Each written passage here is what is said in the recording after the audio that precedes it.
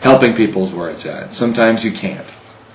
Sometimes it's just the nature. You can't save them. You can't save their house. You can't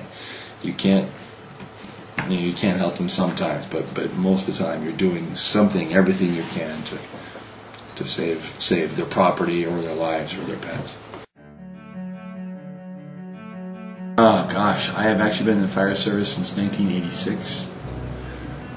I've been a paid firefighter here for 19 and a half years. I'll turn 20 years in December. I grew up in it. My father was a firefighter since before I was born, actually. He just retired after like 38 years. So. Tough part, probably the good thing about this job is there is no really normal day. We come to work at 8 o'clock in the morning. We usually get here between 40 minutes and a half hour early. We have to be here by 8. We do roll call, wear our uniform, usually make our beds. Check the apparatus and make sure the engine and all the equipment is working. After that, we come in, we clean stuff, we mop floors, we clean toilets, we do all the domestic stuff, make sure the house is good to go, squared away. And then usually at some point during the morning we'll have a class. We've had a couple of calls today. Usually weekdays we'll have like a class in the morning or a class in the afternoon or a drill of some kind, practicing. Somebody cooks for the day, so on weekends we do breakfast and dinner. Weekdays typically we do like lunch and dinner, so one of the 4 of us here will decide to cook, or 2 of us, whatever, decide to cook for the day. So at some point during the morning we go to the store and shop, so people always see us at the grocery store and wonder what we're doing. But we have 2 meals every day. One of us, or some of us, cook each day. Normal lunch, afternoon, right now, 3 o'clock in the afternoon typically is PT time, so the guys are out in the weight room working out. We get an hour to work out if we get it. After roughly 5 or 6 o'clock, we're pretty much done with daily duties. Have to be here for 24 hours. We're here until tomorrow morning, 8 o'clock, but after 5 or 6, we're pretty much off the clock. We can do other stuff, study for other classes or promotional tests coming up, or a lot of times there's a lot of TV time, whatever there might be.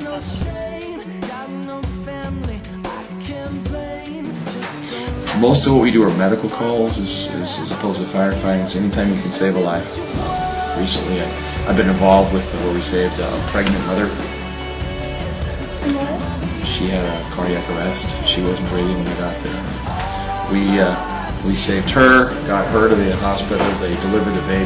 Had both mom and baby are alive today. For me, no.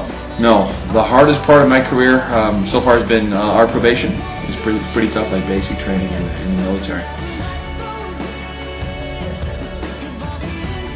House fires in the summertime, or in the wintertime. A lot of times people will clean out the wood stoves or the fireplace and put it in like a plastic bucket instead of a box and set it on their wooden deck. Yeah, even though they think they're out, and we burn houses down every year because of that. Thanksgiving, we get the turkey fryers, the deep fat fryers, and people don't do right, and they ignite their house down. During the summertime, lots of bark dust fires will turn into bush fires, which extend to the house and become a house fire. Each season is kind of different.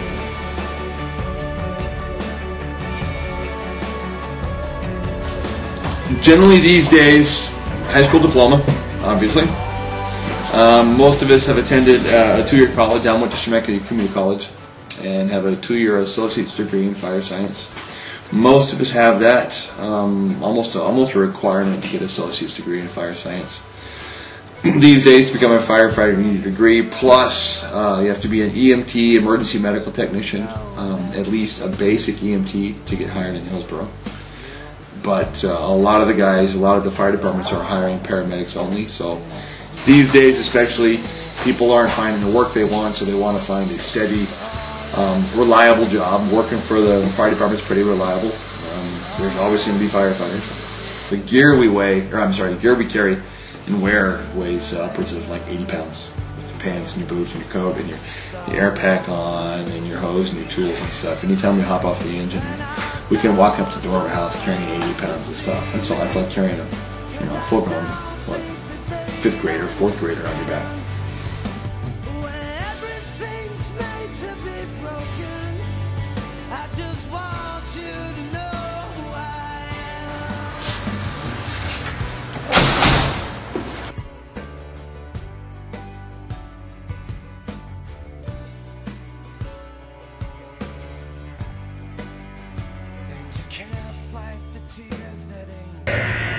We got a call. Okay, you get to see us go now. Morning, Exodus.